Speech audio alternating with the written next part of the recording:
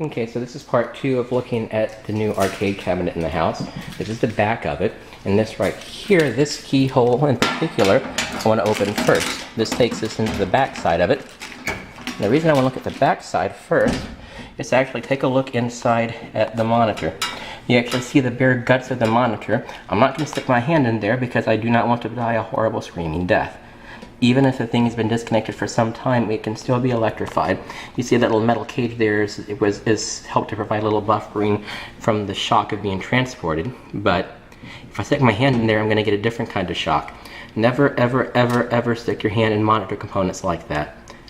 I've messed around with PCs my entire life. I will never stick my hand inside a monitor. I'm not crazy.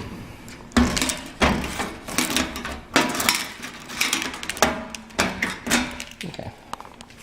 And there you see the cable taking us back over on here, and it's going to be where we power things up. Bringing it around to the front side, we're going to look at the guts here as well.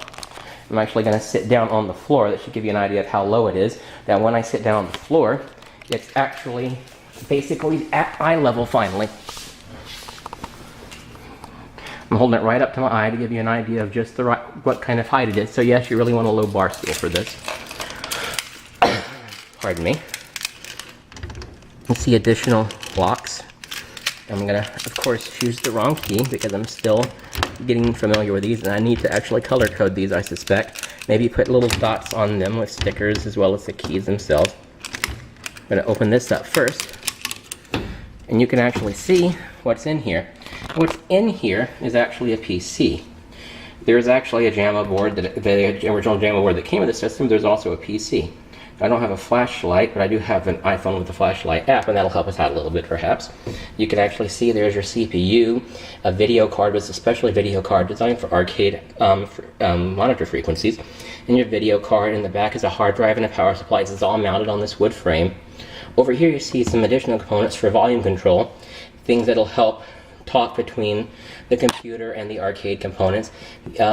There's some stuff toward the back. You see a nice glowing light. You even want to remove the flashlight, and that's to help improve the power just a little bit, to make sure that the power is nice and smooth and consistent on this thing, because you know, it's not something I want to have damaged. I wish I could get a shot of it from here, but over on the side, as I said before, the original JAMA parts are there, so if I actually wanted to convert it to a good old-fashioned arcade machine, again, I could. I'm just going to leave this off. This actually does come completely off like this. I'm just going to set it to the side. And I'm also going to open this side. I could have reached around too. I'm not going to do that. You can see this obviously is aftermarket because this originally sat in a Japanese arcade for over a decade. And you can tell that they actually manufactured quite a few of these things. If you look at the manufacturer serial number, it's a big number. But this one has been reconfigured, and it's actually been redesigned to take quarters instead of yen. And back here you see the various service buttons. You can test the power. There's a full power on off switch. You can also see a degauss button. Actually, you can't see a degauss button. Let's bring that flashlight, then you can see a degauss button. There you go, now you can see the degauss button.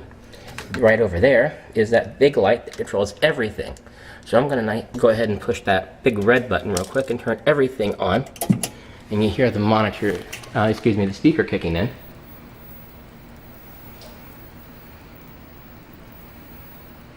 And it's actually running Windows XP with a customized boot screen. In the next part, we're going to be taking a look at actually playing games on this thing. I want to go ahead and bring it up to a usable position running Windows XP at this piece. Meanwhile, over here, we can take a look at the quarter slot. I'm going to turn that volume down just a little bit so I can talk over it. That is a cool music, but not when I'm trying to run a video. This does not have a lock on it, although I should get one eventually. You can actually see here the quarter meter is completely functional.